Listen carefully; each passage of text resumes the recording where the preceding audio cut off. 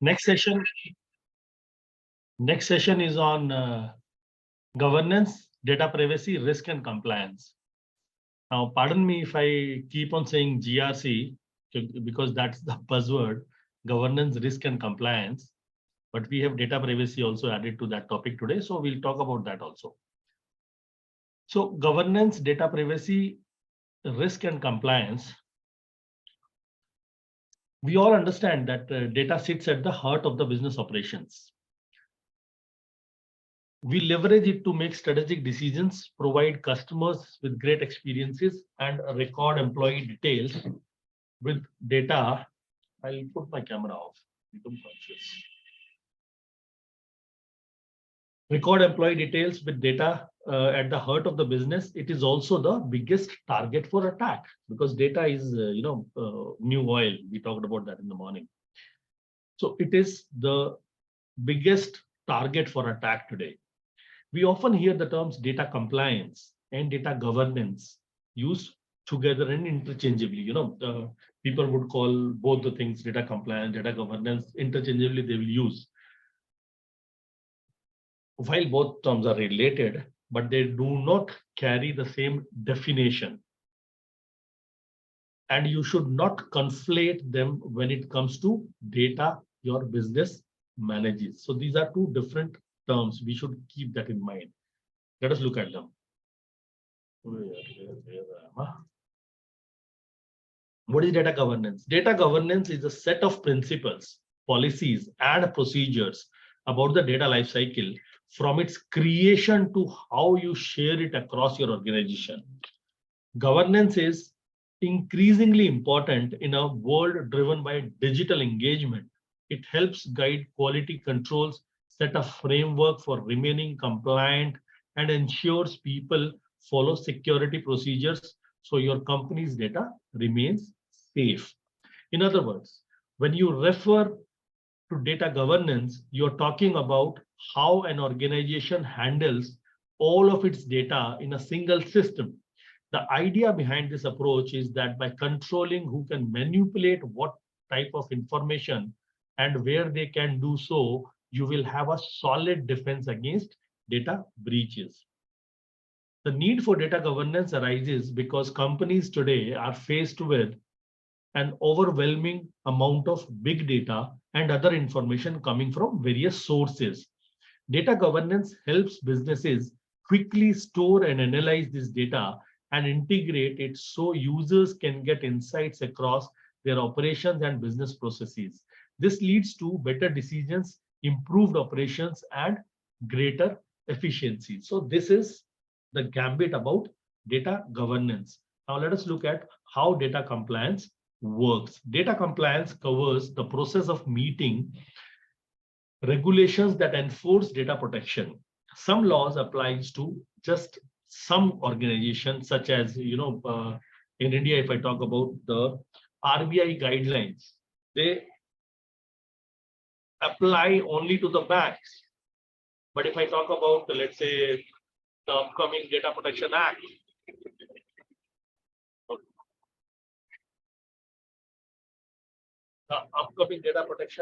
that will apply to every individual in this country. So depending upon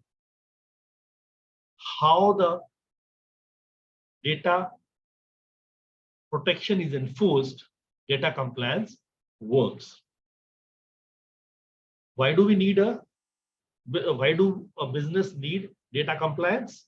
There are many reasons why we need a data compliance, including secure sensitive customer information from theft or unauthorized access, ensure regulatory compliance with privacy, security, and legal requirements, reduce the risk of penalties for non-compliance, and protect against cyber attacks. So these are all the reasons why a business needs data compliance.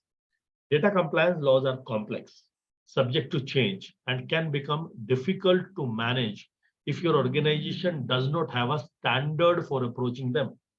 Data compliance also helps protect the integrity of the data by reducing the risk of someone making changes without authorization. Integrity.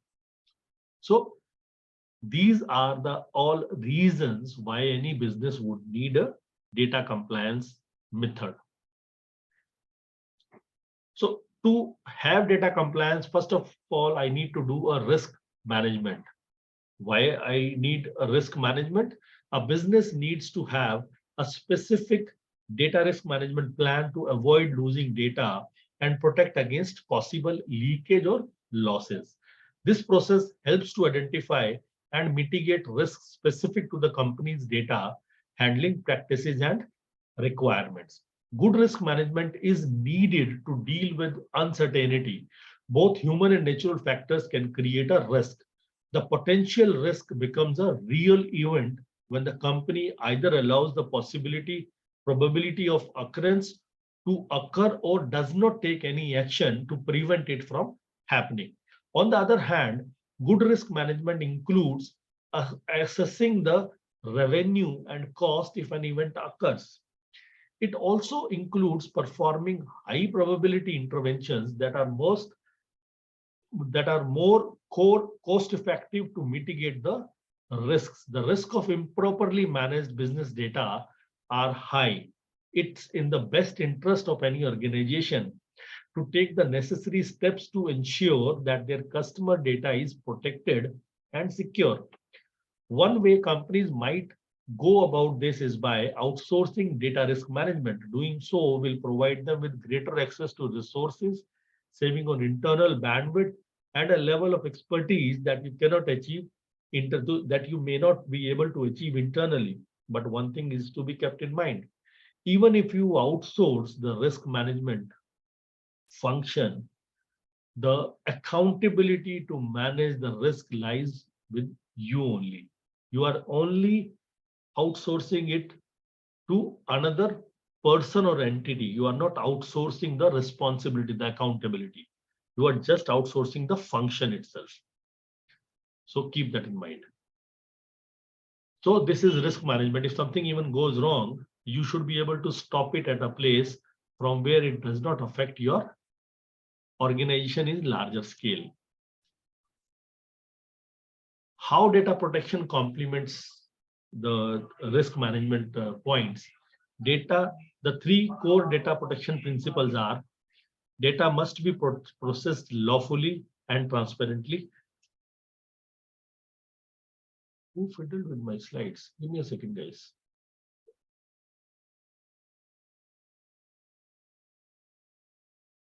Okay. Data governance, compliance, and risk management are all aspects that work together to ensure that you manage all the data in your business effectively.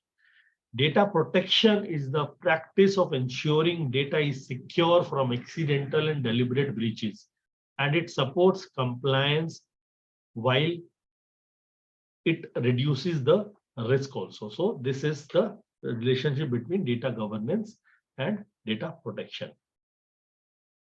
Balancing data governance, balancing data protection with productivity. Now that's a big challenge. When implementing a data protection solution, it is important that you enforce security without sacrificing your team's productivity. There are different types of security policies, each tailored to an organization's specific needs, which determine how to balance these with productivity to keep operations running effectively. Some businesses are reluctant to implement any data protection measures because they would cause an unnecessary reduction in productivity. However, by implementing mandatory access controls on all users and containers, you can increase the security of the data without affecting the productivity of your company. You know, this is a myth that by putting security controls, it will decrease my productivity. If you look at it in a holistic manner and in a long run effect, it increases the productivity of the organization because data protection methodologies controls would increase the uptime of the organization. It would increase in the reputation of the organization among customer eyes. So it enhances the profits in the long run. Simply allowing an open access within your network means exposing your files from all angles and potentially leading to a cyber attack from external threats that could leverage login credentials or other information on company systems. Some of the most critical applications are those with which employees are involved. These are your day-to-day workplace applications where you are accessing files, sending an email, or checking customer information. And for some businesses, this is where they need to be agile and responsive for time-sensitive operations or customer engagements. So you need to balance your data protection with your productivity. Let us look at the three categories of data protection. Data protection could be divided into three different categories: traditional data protection, the data security, and data privacy. Security becomes an important element in protecting the data from external and internal threats, but also when determining what digitally stored data can be shared and with whom.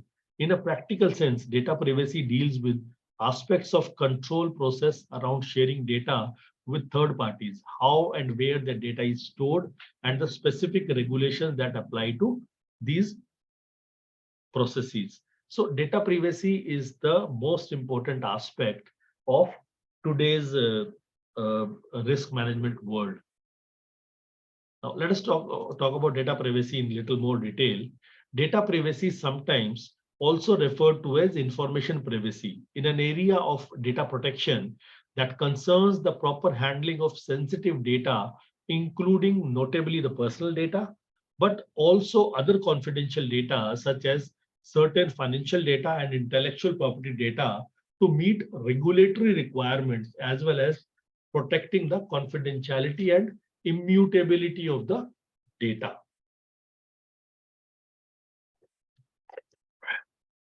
Now, roughly speaking, data protection spans three broad categories, namely traditional data protection, which we saw in the last slide, data security, and data privacy, as shown in the figure in the last slide.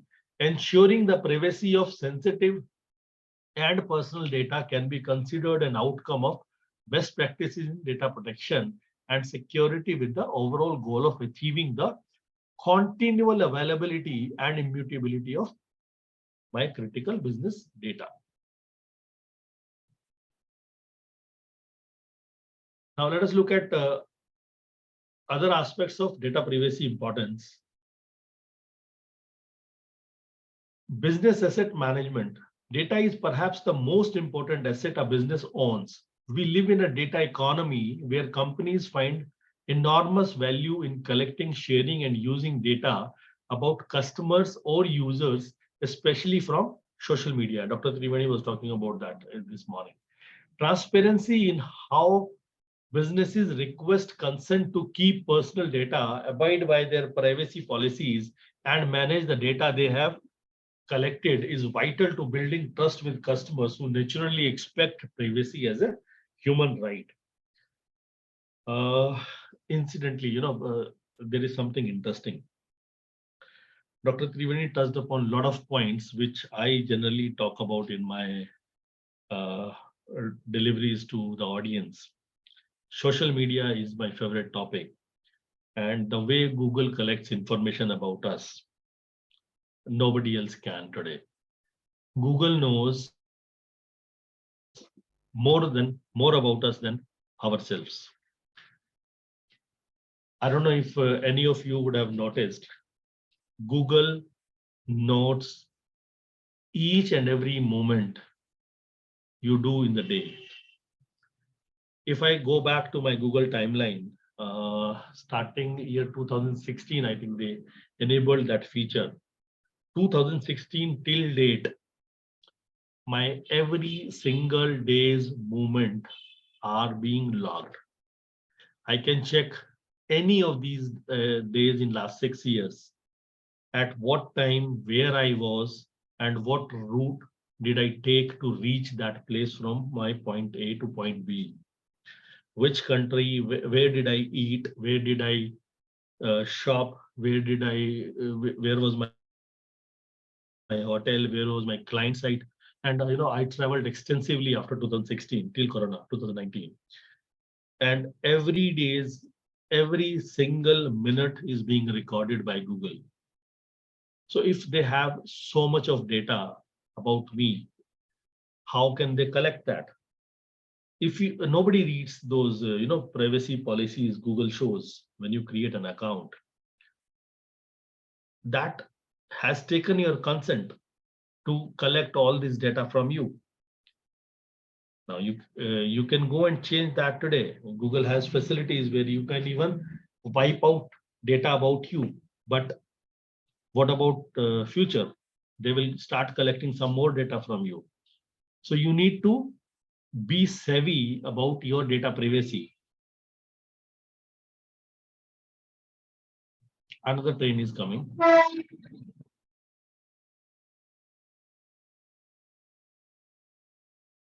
Another is regulatory compliance. Managing data to ensure regulatory compliance is arguably even more important. A business may have to meet legal responsibilities about how they collect, store, and process the personal data, and non-compliance could lead to a huge fine. If the business becomes the victim of to a hack or ransomware, the consequences in terms of lost revenue and lost customer trust could be even worse.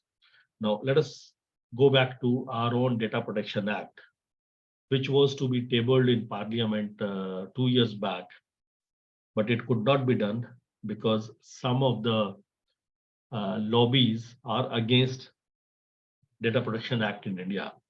Because everybody knows if this is passed, they will have to shed off a lot of details, private details about their customers, individuals, public at large in their systems, and they will have to safeguard that information. And if a hack or attack like AIMS would happen, they will have to pay huge fines to the government. So a lot of lobbies are resisting that Data Protection Act in India, and maybe because of that reason, it is being delayed every time. Because people have seen through GDPR, government of Europe, European governments are actually putting huge fines on large corporations. Anybody who is misusing data privacy, who is misusing information collected through business, and they are leaking that information. For example, Google has been fined numerous times, huge fines for data privacy involvements, data privacy things they are doing. Data privacy is very important. We have to have that law in India for the safeguarding the privacy of the citizens of India. People get confused between data privacy and data security. Let us look at some examples. What are some of the challenges users face when protecting their online privacy? One is online tracking. User behavior is regularly tracked online. Cookies often record a user's activities, and while most countries require websites to alert users of cookie usage, users may not be aware of what degree cookies are recording their activities. They will say, okay, can we use cookies in your browser? You will say yes, but what cookies, what all they are recording, all those details no one reads. So online tracking is a big challenge to online privacy. Losing control of data. With so many online services in common use, individuals may not be aware of how their data is being shared beyond the websites with which they interact online, and they may not have a say over what happens to their data.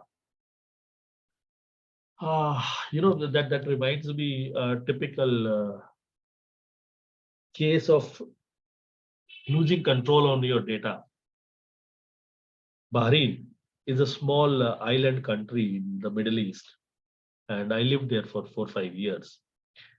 The exchange of Bahrain, they call it Bahrain Bourse. The head of security is a friend.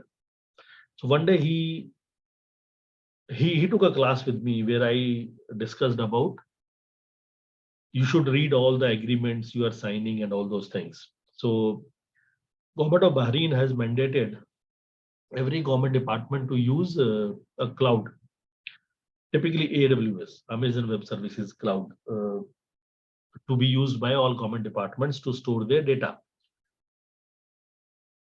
He was head of information security in Bahrain boards. The agreement which Bahrain boards was signing with AWS came to him also for his signature. He decided to read it. Listen to it. This is a very interesting story.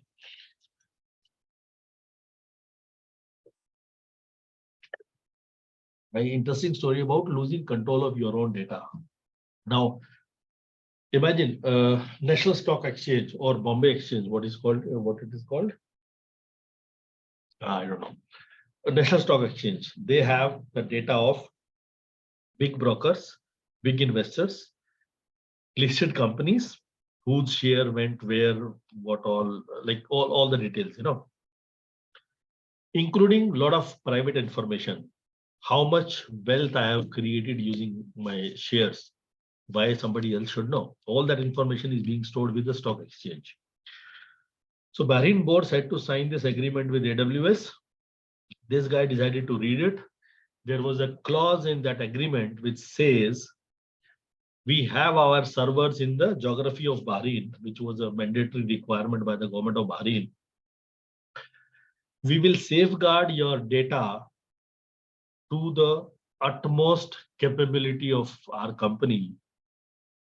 But if government of USA, because we are a USA based company, wants to have access to your data, we will not even ask you to before we provide this data to them. Now imagine countries full government data. They could have shared it with USA government without even telling them. So you use these service providers, you have an agreement with them, but the moment you store your data with them, you lose control on your data. So you need to be very careful. Lack of transparency. To use web applications, or users often have to provide personal data like name, email, phone number, or location. Meanwhile, the privacy policies associated with these applications may be dense and difficult to understand. Obviously, nobody tells you what do they do with that data, and forget about somebody telling you. Organizations don't even know who all have access to these kind of data. Let us take an example. Dr. Trivedi used Sharda University as an example in whole of his session. Now I'm also doing that.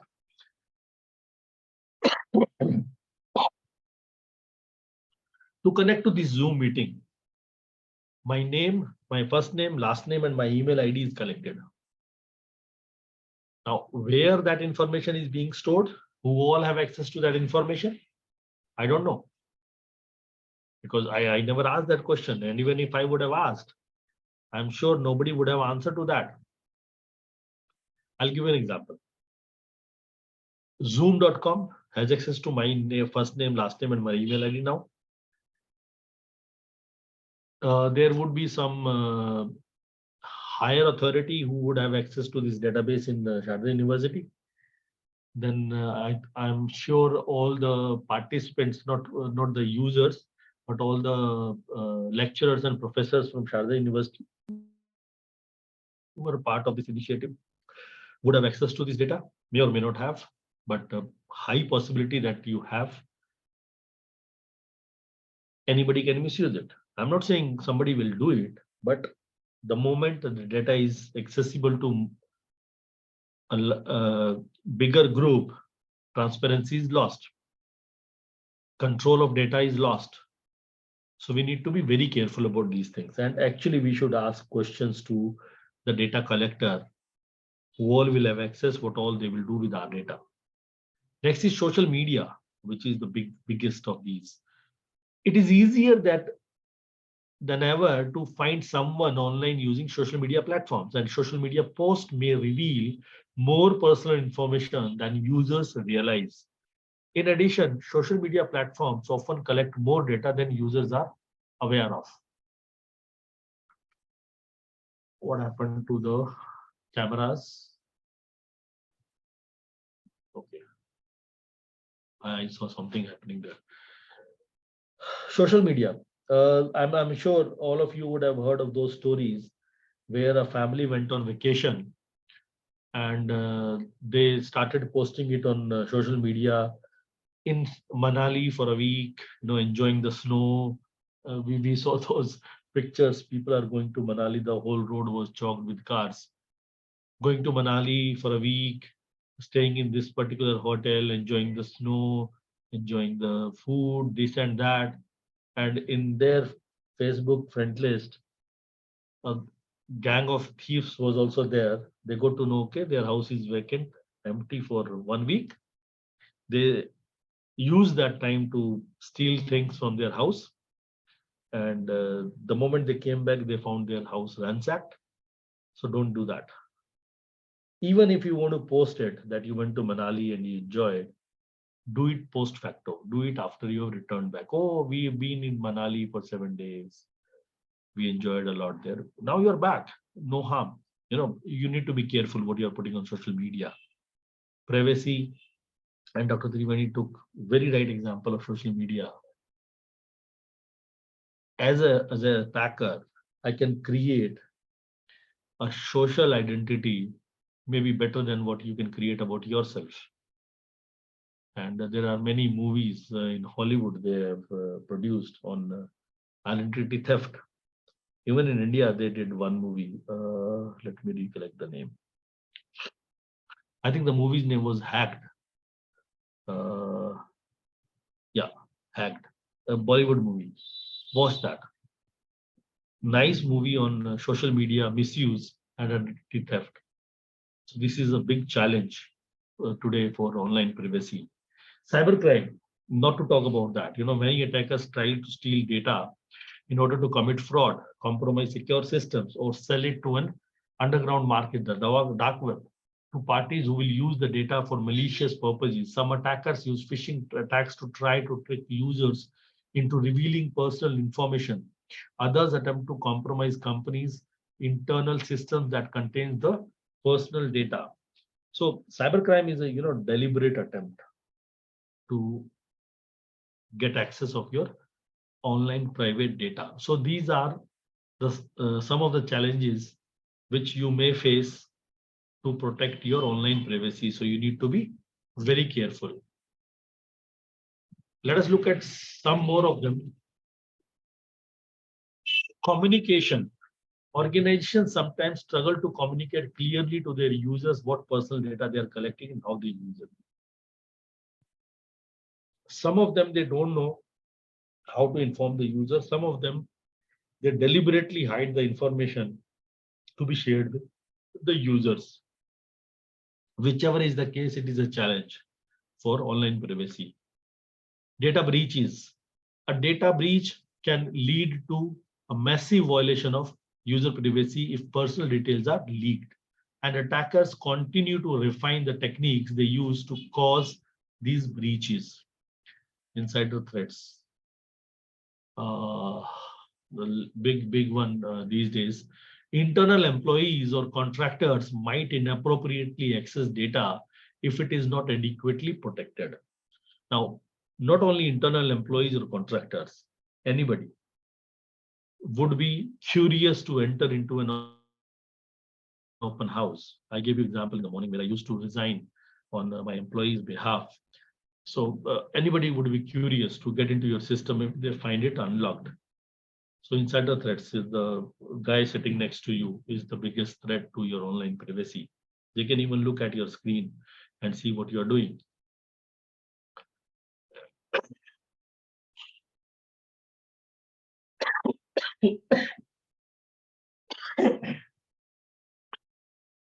Sorry. Let us look at some of the technological aspects of data privacy. Sorry. Encryption. Encryption is a way to conceal information by scrambling it so that it appears to the random data. Now, okay, I'm teaching encryption to the security guys in Sharda University. Sorry. Only parties with the encryption key can unscramble the information. So use encryption if you want to safeguard your data. Access controls ensures that only authorized parties have access to the system and the data. Access control can be combined with solutions like DLP, and it can stop sensitive data from leaving your network. You can use multi-factor, two-factor authentication as one of the most important technologies for regular users, as it makes it far harder for attackers to gain unauthorized access to personal accounts. Earlier we used to say you put a strong password on your email or social media account. Keep on changing the password regularly and do not disclose your password to anybody else. Your social media account would be secure. Not these days. Whatever strong password you keep, whatever secret you keep it, you might even be changing it on daily basis. Technological advances can still steal that password from your system or from your browser or from your Wi-Fi or internet connection. Better way to protect your social media accounts and your accounts is to have a multi-factor authentication, or at least a two-factor authentication, where there is a one-time password OTP which comes on a separate device, maybe as an SMS to your mobile phone. I'm assuming you are accessing your social media account from a laptop or a system. Then you use your mobile phone to receive a second factor authentication and use that to log in onto your social media account on your laptop. And if you are accessing your social media account on your mobile phone, then your OTP should come either on a separate mobile phone or in your email ID, which you do not access from your regular mobile phone. So just as I mentioned in the morning, I will not be talking about any rocket science here, just plain common sense. The number which you use in the morning, Dr. Triveni was talking about certain cases. And I was thinking about like how could they have safeguarded them from those kind of attacks.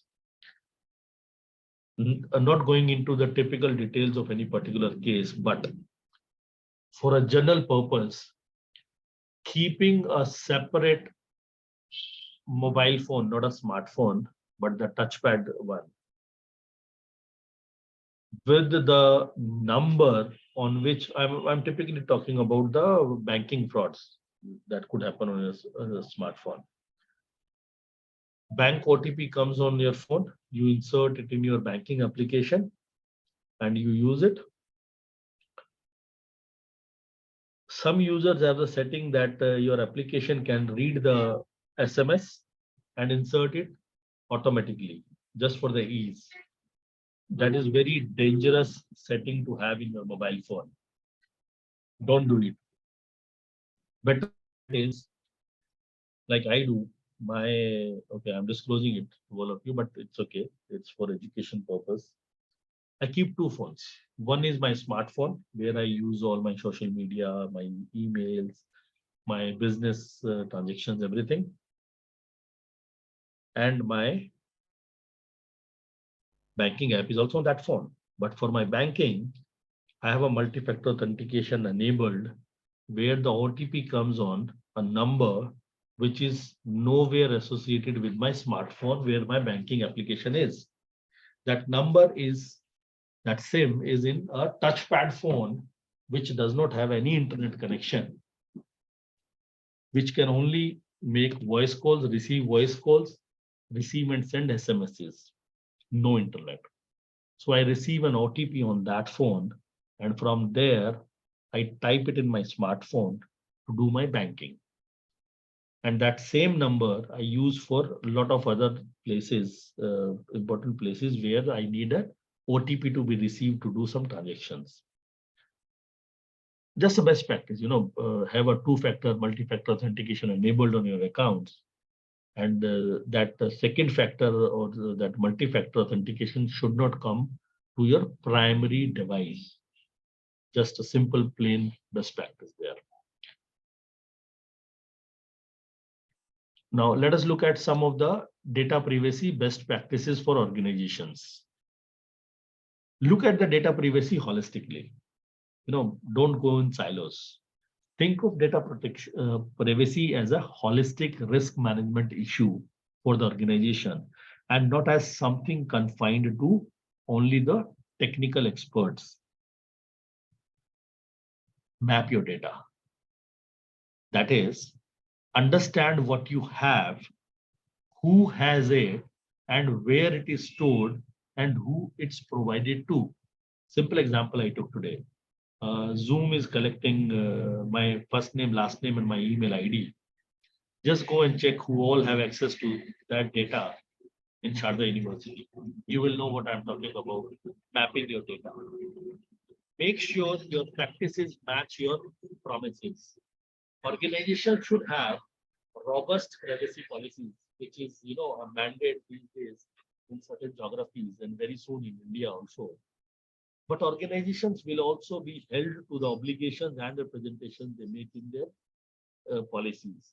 Now, till the time there is a law, you can say anything in your privacy policy and you can have anything else in your normal day-to-day function, but not after the law. So you will have to make sure your practices match your promises. Another is review and update your practices regularly.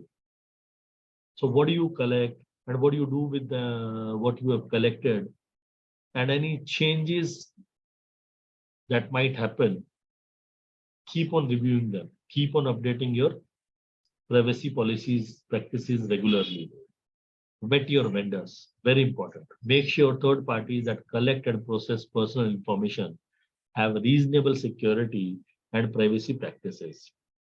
There is a standard in the, okay, let me go back to banking now. PCI.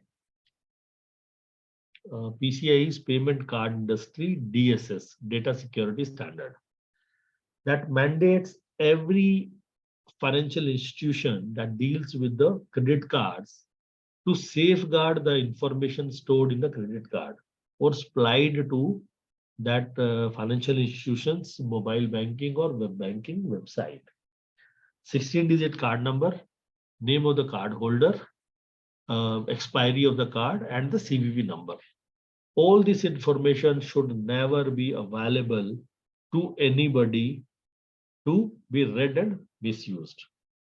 Similarly, you can take an example of any private information collected through any medium that should not be accessible to anybody unauthorized. Now, going back to the banking example, I make a purchase on Amazon.com and I supply my credit card details to Amazon.com and pay using my credit card. Now, Amazon doesn't produce anything on their own. They buy it from other vendors. Amazon should not share my credit card details with their vendors. Maximum with their bank, they can share that information that so and so person has purchased this and they have paid 100 rupees into our account. Because somewhere they will be connecting with my banking network from where I have got my credit card. Some authentication has to happen somewhere, but they need to make sure that full credit card number, card holder name, CVV number, and the expiry is not going to from one channel to another. Only the masked information is going, some header footer they put. Based upon that, the transaction would happen in the interbank with interbank transactions, and everything gets completed. So always vet your vendors, what they can do with your information, and do not share any private information with your vendors unnecessarily. Now let us look at why IT risk is essential to privacy excellence. Why do we need to manage the IT risk to excel in privacy? Privacy and IT risk management professionals have untapped potential in bringing more value to the businesses by working together. But often these disciplines operate in parallel without regular touch points. So they both keep on doing their own work. Privacy guys will keep on defining their privacy policies. IT risk management guys will keep on defining the risk management controls. Privacy professionals are tasked with ensuring that all personal data collected and processed within an organization is done lawfully and proactively, protects the individual's right to privacy wherever possible. Protecting personal data is a multifunctional operation, beginning with a clear understanding of why information is being collected, how it is being processed and stored, implementing data minimization practices and deletion where necessary, strictly adhering to retention schedules and maintaining the integrity of the data stored. Beyond these practices, IT asset security and management is a foundational element to getting privacy management rights, and that is done by the IT risk management guys. Now let us talk about the fundamentals of accountability. Both privacy and IT risk management oversee a lot of moving parts, but neither not capture the whole picture. They both work for the same end result and goal, but they have their own things to do. A fundamental principle in privacy management is accountability. According to the European Data Protection Supervisor, the GDPR, we all know about GDPR, General Data Protection Regulation from European Union. It integrates accountability as a principle which requires that organizations put in place appropriate technical and organizational measures and be able to demonstrate what they did and its effectiveness when requested. When accountability is essential privacy principle, it does not solely live within the domain of privacy management. It is an organizational effort that requires alignment between privacy and IT risk management and other applicable stakeholders. But as businesses grow, silos naturally develop across disciplines, maturing at different paces. Whatever is being said and done, accountability lies with the collector of the data. So Sharda University, please be careful what is being done with the Zoom data today. I have highlighted that many times now.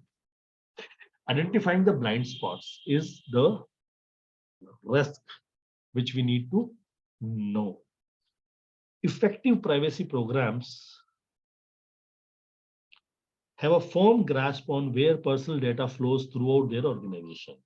First, what touch points consume personal data in the form of both IT assets and third-party relationships, and the processing activities transferring data from one point to the next to produce a comprehensive data flow to detail and map the organization data flow.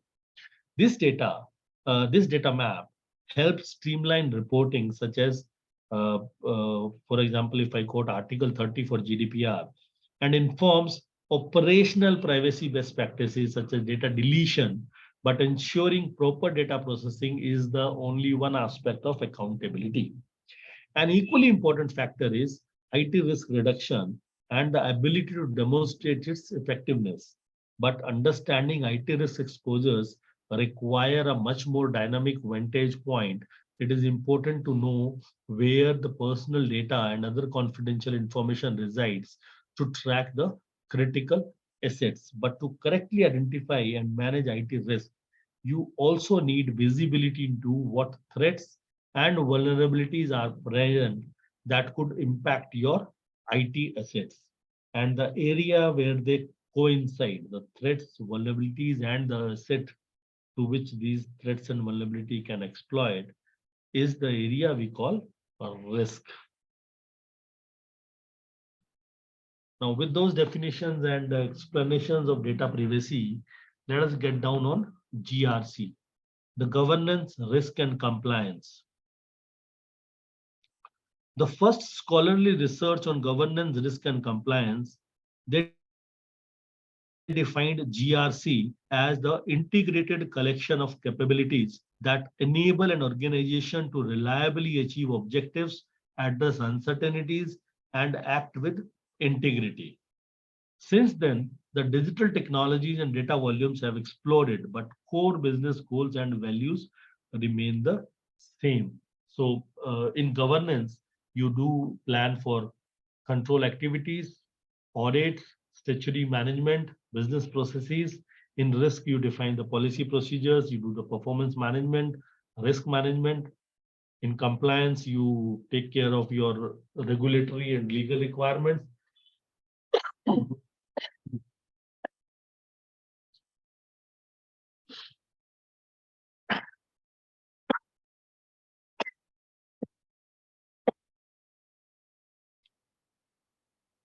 Now let us look at the meaning and definition of GRC. In simple terms, governance, risk and compliance or GRC is the strategy and structure that keeps an organization secure and on track. Corporate governance, like the governance of a city or a country, defines the principles and agreements that people live by and provides the controls and support needed to achieve the overall goals. Risk management identifies threats while introducing processes to protect against them. And finally, compliance management ensures that the organization abides by the regulations, follows proper accounting practices, and operates ethically. GRC is a strategy and structure that keeps an organization secure and on track. GRC is the strategy and the structure that keeps the organization secure and on track.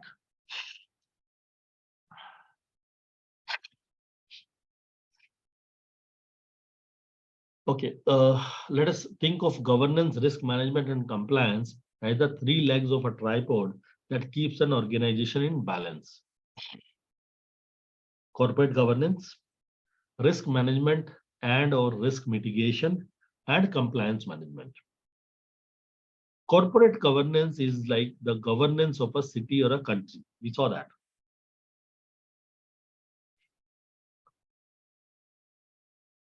Now, if I talk about corporate governance, this is the G in the GRC. More than just a rule book, governance helps connect organization silos to ensure that activities across the company align with strategic goals. It supports a coordinated, productive workplace where all stakeholders, internal or external, understand how their contributions and interests fit in with those of others. It helps guard against redundancies, contradictory initiatives, and unnecessary cost. With a focus on resource management and accountability, it offers the checks and balances needed to keep the house in order. Its goal is to ensure principled operations, adherence to corporate values, and ethical business practices. Governance is also a mechanism for reducing and ensuring compliance by validating and managing the information, its sources, and the handling of this information. So that is corporate governance. The R in GRC stands for risk.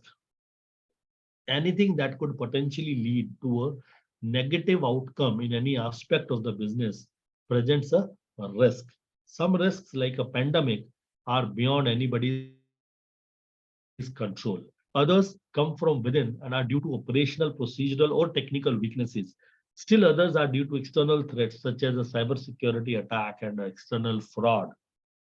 You know, technology plays a vital role in the early detection of risk, but enterprise risk management requires more than technology.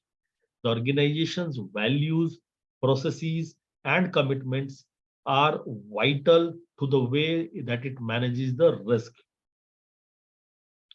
A recent article in Forbes supports the growing need and desire for enterprise risk management strategies that use proactive, integrated solutions encompassing people, data, and infrastructure. So, your risk management process should encompass all three of them: people, data, and infrastructure. So that was risk management. Now let us look at some five basic categories of risk. Risk falls into five basic categories, all or any of which an organization's enterprise risk management and GRC strategies must be prepared to anticipate, mitigate, and most importantly, prevent. Performance or operational risk. It has the broad set of boundaries and the greatest potential variety. It comes from failures across the structure, system, people, products, or processes involved in any aspect of business operations. Compliance risk. It results from violation of laws, regulations, codes of conduct, or established standards of practice within an industry or organization. IT risk. It arises from the failure or misuse of IT, leading to loss or negative business outcomes. This can range from accidental IT failures to intentional fraud, hacking, or cyber attacks. Financial risk is a category of business risk, means losing money on an investment or business venture. This may include credit risk or liquidity risk, or be combined with an operational risk such as fraud or mismanagement. Last but not the least is reputational risk. It can result from failures in any of the above four categories that lead to a weakened public perception of the business. Reputational risk offers less of a quantifiable loss, but nonetheless is one of the most potential destructive loss to any company or brand. So these are the five basic categories of risk. Any risk to the business would fall into one of these five categories. Now let us look at the C in GRC, which stands for compliance.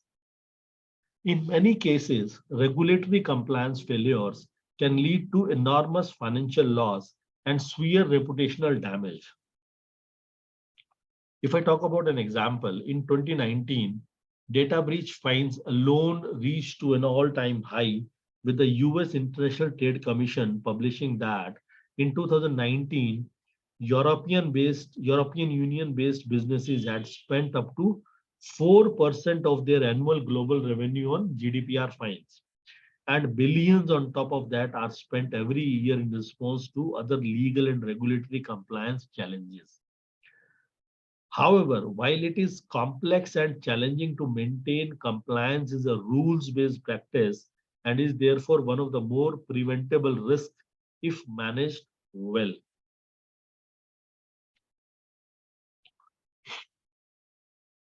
Now, let us look at what is the GRC framework and why it is important. A GRC framework integrates firm-wide systems and processes to oversee all aspects of governance, enterprise risk management, and compliance requirements. It provides the structured approach necessary to align an organization's business strategy with its information technology so that it can effectively manage risks and meet compliance requirements. GRC controls how the organization operates as opposed to what it does. So it's not about manufacturing or retail or a professional services organization, but about the way the organization works to fulfill its mission in whatever field it operates, doing business ethically, prudently, and responsibly. So this is what GRC framework does, and it is important for. Now, let us look at who is responsible for GRC. The responsibility for establishing and maintaining GRC plans and processes usually falls on the top financial and compliance executive, maybe the CEO, CFO, and the CCO, Chief Compliance Officer of the organization, and their larger teams, with support from IT, HR, and operational team leaders across the organization.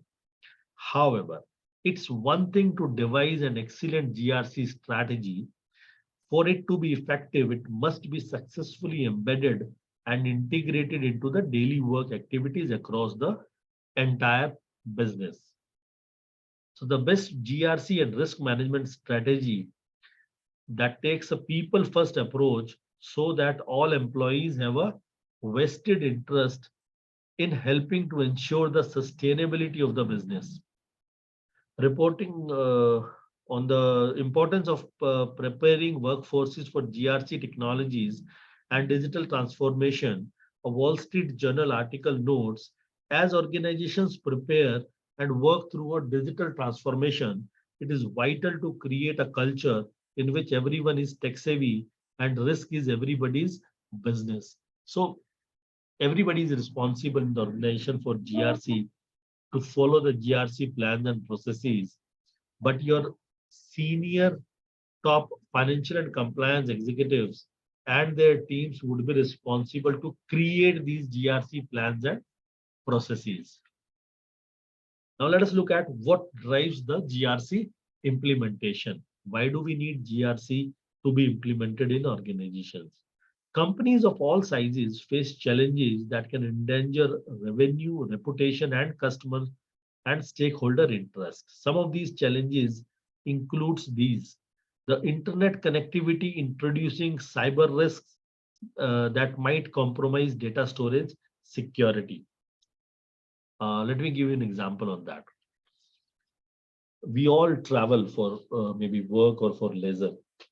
Now, I travel a lot for work. I was talking about that example, 2016 till 2019. Not 2016, I started traveling in 2007, but my record with Google is only from 2016. So I was saying 2016 to 19, I traveled extensively. And 16, 17, when we used to go out, I used to connect to the Wi-Fi provided by the airport authorities, maybe in the coffee shops. But then the threat landscape changed and people started misusing those open Wi-Fi's. And then I stopped doing it. Now, any hotel where I used to go and stay, they would have a Wi-Fi facility provided to the users. But many a places I found they have open Wi-Fi's, which I demonstrated to them standing in their reception area. I could access the system of any of their guests who have connected to that Wi-Fi. It is just 5 minutes, uh, this thing. And I think in VAPT course, Mr. Harshal Deshmukh is talking about this example. So the point I'm bringing in is,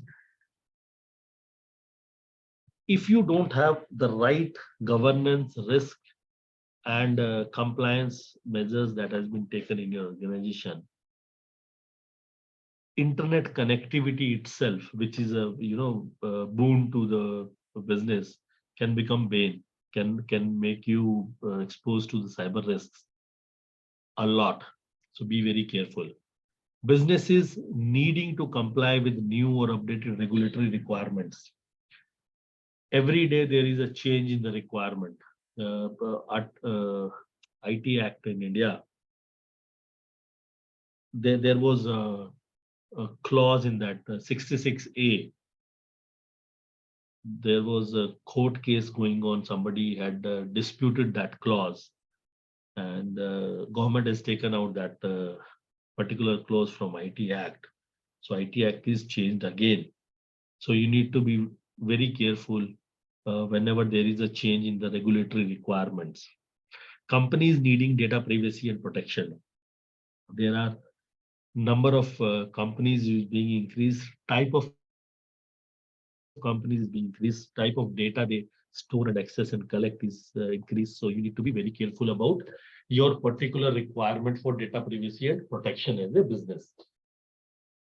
Companies facing more uncertainties in the modern business landscape. Okay, let us take an example. Earlier, a bank would operate out of a physical branch. They would have their ledgers, their registers, and their cash sitting in that physical branch of the bank, and transactions would happen physically from there. Today, I do all my banking transactions from my banking app, my mobile phone. I don't even know where my branch is. I've never been to my bank branch. Everything is happening over the internet. The business landscape have changed. Earlier, it was the physical security which was needed, the strong room, the guard with the gun, that chained doors, those grilled doors on the entry of the bank. Nowadays, the controls have changed from those kind of physical controls to anti-malware, anti-phishing tools, data leakage prevention tools, access controls, and all those things. So business landscape have changed, and that have produced more uncertainties and more kind of governance, risk, and compliance controls are needed these days. Risk management cost increasing at an unprecedented rates.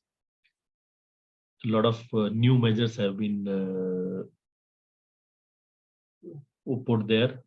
A lot of different requirements have come in, so risk management costs have increased.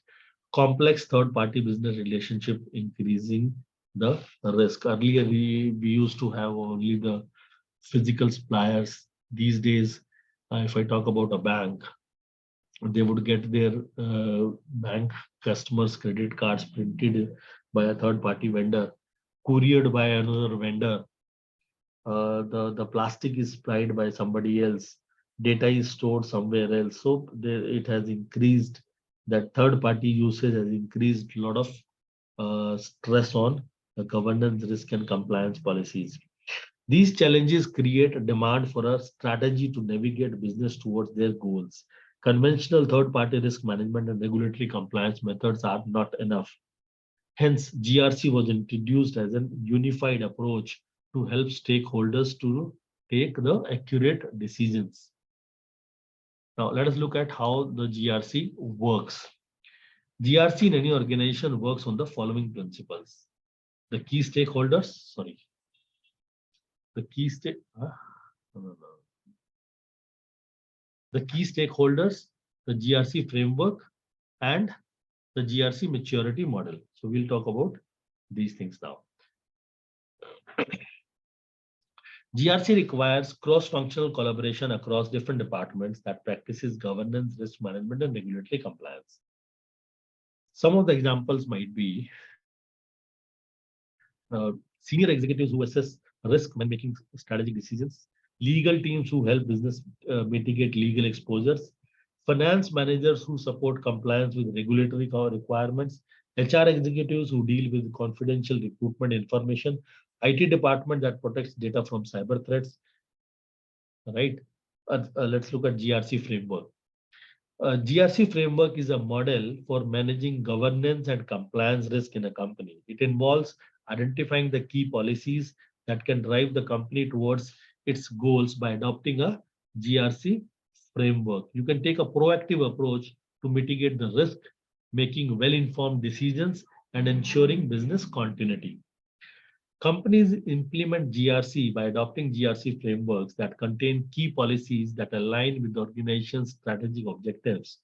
Key stakeholders base their work on a shared understanding from the GRC framework as they devise the policies, structures, workflows, and govern the company. Companies might use software and tools to coordinate and monitor the success of the GRC framework. Then comes GRC maturity.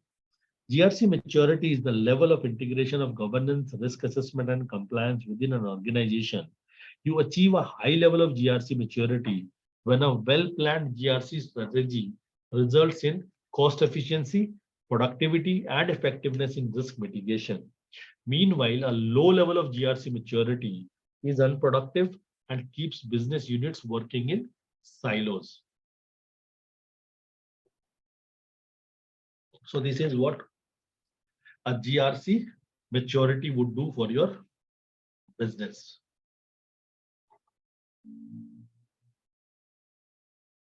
Hold on.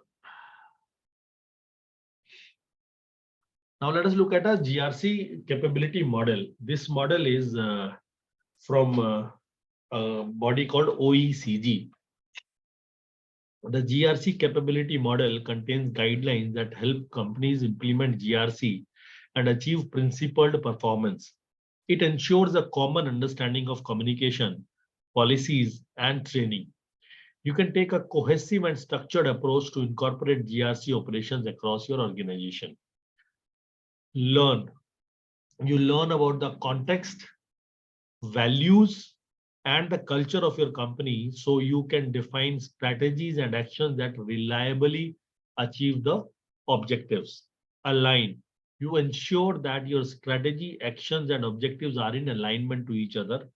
You do so by considering opportunities, threats, values, and requirements when making decisions. Perform. GRC encourages you to take actions that bring results, avoid those that hinder the goals, and monitor your operations to detect the sudden changes. Last but not the least, review. You revisit the strategy and actions to ensure they align with the business goals.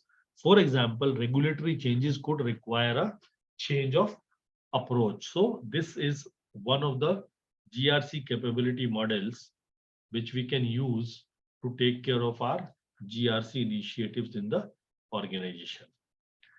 Now let us look at some of the challenges for GRC implementation. Businesses might face challenges when they integrate GRC components into organizational activities. For example, change management. GRC reports provide insights that guide businesses to make accurate decisions, which help in a fast changing business environment. However, companies need to invest in a change management program to act quickly based on GRC insights. Next is data management. Companies have long been operating by keeping departmental functions separated. Each department generates and stores its own data. GRC works by combining all the data within an organization. This results in duplicate data and introduces challenges in managing information. Lack of total GRC framework. A complete GRC framework integrates business activities with GRC components. It serves the changing business environment, particularly when they are dealing with new regulations. Without a seamless integration, your GRC implementation is likely to be fragmented and ineffective. Ethical culture development. It takes great effort to get every employee to share an ethically compliant culture. Senior executives must set the tone of transformation and ensure that information is passed through all the layers of the organization. Clarity in communication. The success of GRC depends upon seamless communication. Information sharing must be transparent between the GRC compliance teams, stakeholders, and employees. This makes activities like creating policies, planning, and decision making easier. Now, let us look at how do organizations implement an effective GRC strategy. I still have 20 minutes, right?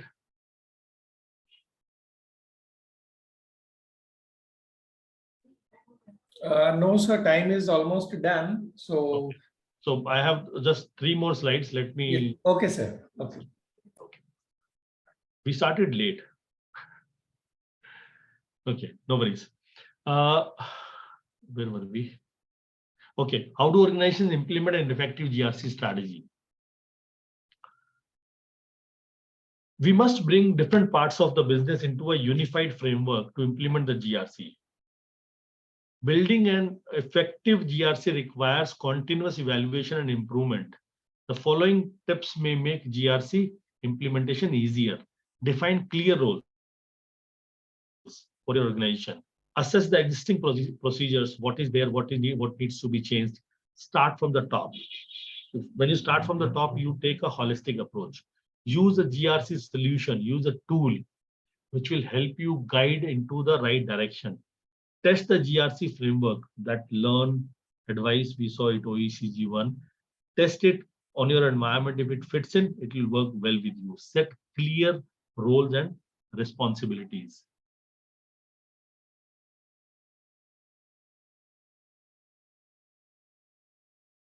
You can also take advantage of, make use of artificial intelligence and Other intelligent technology solutions as on date today, machine learning will help you define the repetitive processes. Artificial intelligence that will actually include machine learning, advanced augmented analytics, predictive analytics, everything. Even the regulatory technology, all of that can be combined with artificial intelligence, can help you implement your GRC in a far better way. Blockchain, robotic process automation can also become a crucial tool in building more robust and effective compliance programs for your organization.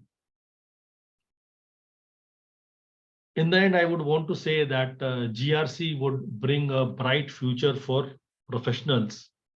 This is a quote given by somebody, I forgot the name, but I just copy pasted it here.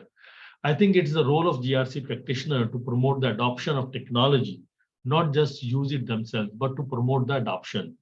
There is a skill set that have to be learned. There is a paradigm that have to be shifted. There is a disruptive thinking that has to take place. And I think it's the role of GRC professional to do that. Use technology to take care of your governance, risk, and compliance in the organization, and you can never go wrong. With that, I'll end my session. Thank you very much, Dr. Venus, Dr. Nehar, and Dr. Amrita, and Dr. Shrikant to invite me. Thank you so much. Thank you so much, sir, for taking this wonderful session where governance, risk, and compliance is actually a very important part. And risk actually involves risk management, risk assessment. So many things are involved. And as you have pointed out already, that Sharda University should also take care of wherever the data is going and whatever is happening, even if it is like Zoom data. So what is happening to the data now after this? So I think we are also not that strong, we must say. We must admit that. Everybody is learning, Dr. Venus, and Yeah. we should learn from each other. That is there.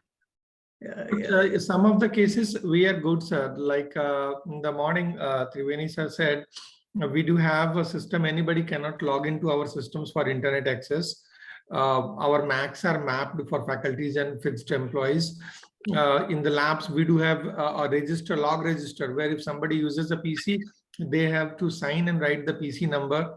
So some of the things are there in place, and we try to ensure that it happens. But the lacuna could be anywhere.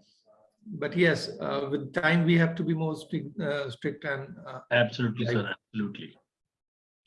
Yeah, if we have to lead by example, then probably we need to be the best in this regard. And I hope Professor Shrikant, when he comes and when we discuss about all these things, then probably we can implement. And I'm planning to visit you guys one day. Yeah, the session is open. Yeah, most welcome, sir. We were actually expecting you to be there before the session starts. I mean,